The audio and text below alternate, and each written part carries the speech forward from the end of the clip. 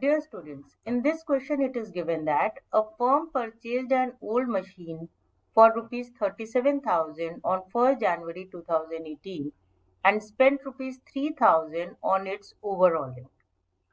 On 1st July 2019, another machine was purchased for rupees 10,000. On 1st July 2020, the machinery which was purchased on 1st January 2018 was sold for 28,000, and the same day a new machinery costing rupees 25,000 was purchased.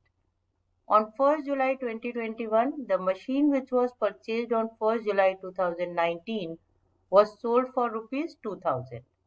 Depreciation is charged at rate of 10% per annum on straight line method. The firm changed the method and adopted diminishing balance method with effect from 1st January 2019. The rate was increased to 15% per annum. The books are closed on 31st December every year. Prepare machinery account for 4 years from 1st January 2018. तो इस question में change of method of depreciation का question है। पहले 10% rate था depreciation का और method था स्ट्रेट लाइन। अब 2019 में रेट इंक्रीज करके 15 कर दिया गया और मेथड चेंज करके WDV या डिमिनिशिंग बैलेंस मेथड कर दिया गया। तो हम चलिए बना लेते हैं अपना मशीनरी अकाउंट।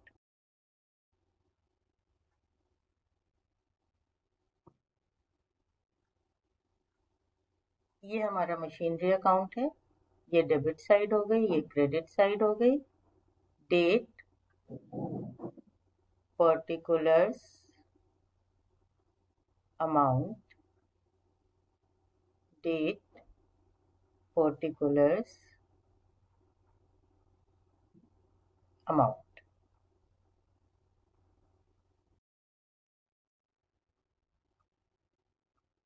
और 1 जनवरी 2018 को जो हमने मशीन खरीदी है उस मशीन की कॉस्ट आएगी हमारी, फर्स्ट मशीन है इसलिए हम फर्स्ट लिख दे रहे हैं 40,000। बाकी इस साल कोई और सेल परचेज का ट्रांजैक्शन नहीं है, तो हम सीधा 31 दिसंबर 2018 में इस पे स्ट्रेट लाइन मेथड से 10% का डेप्रिसिएशन लगा देंगे, तो वो डेप्रिसिएशन हो जाएगा 4,000 और सेम डेट पे हम बैलेंस कैरेट डाउन कैलकुलेट कर देंगे तो वो हो जाएगा 36,000 और हमारा टोटल आ जाएगा 40,000। ये हमारा डेबिट और क्रेडिट साइड का टोटल हो गया। अब 1 जनवरी 2019 को हम बैलेंस ब्रॉट डाउन कर लेंगे। वो बैलेंस ब्रॉट डाउन है 36,000।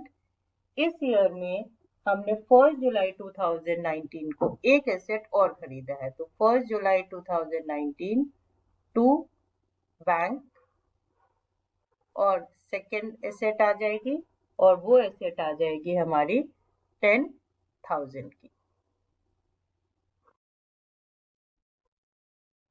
अब 31 दिसंबर 2019 को हम डेप्रिसिएशन चार्ज करेंगे।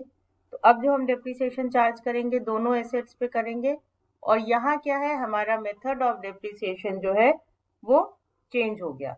मेथड ऑफ डेप्रिसिएशन अब हमारा यहाँ WDV हो गया और रेट 15% हो गया। तो फर्स्ट मशीन पे जो लगेगा वो लगेगा 36,000 का 15%, दैट इज 5,400 और सेकेंड मशीन पे जो लगेगा वो लगेगा 10,000 का 15%, बट सिर्फ 6 महीने के लिए, तो वो हो जाएगा 750। तो टोटल डेप्रिसिएशन हमारा हो जाएगा 6150 और सेम डेट पे हमारा बैलेंस कैरेट डाउन आ जाएगा और वो बैलेंस कैरेट डाउन हमारा फर्स्ट मशीन का आएगा 30,600 और सेकेंड मशीन का आएगा 9250 और ये टोटल हो जाएगा हमारा 39,850।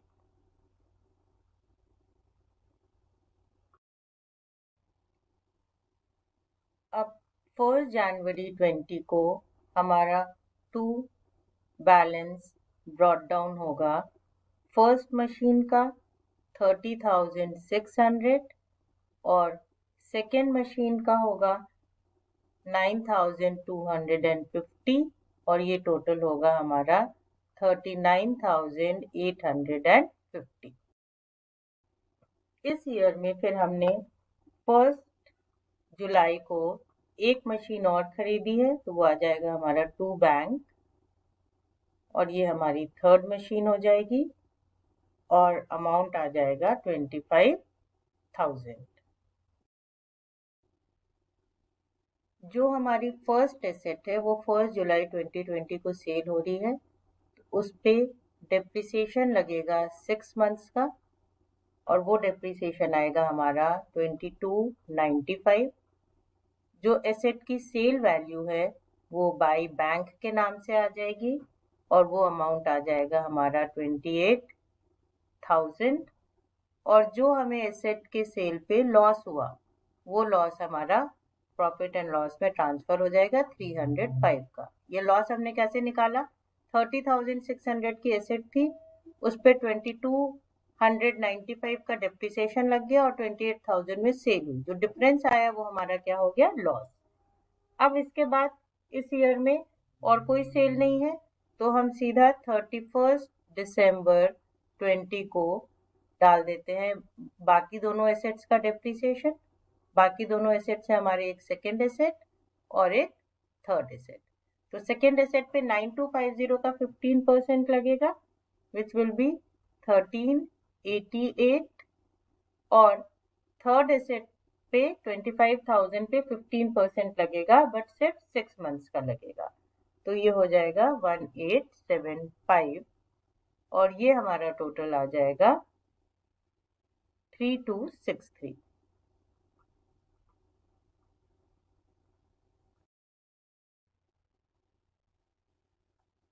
अब हम बैलेंस कैरेट डाउन निकाल लेंगे, तो हमारा balance carried down, first asset तो सेल हो चुकी, तो सिर्फ सेकेंड और थर्ड एसेट का बैलेंस कैरेट डाउन आएगा।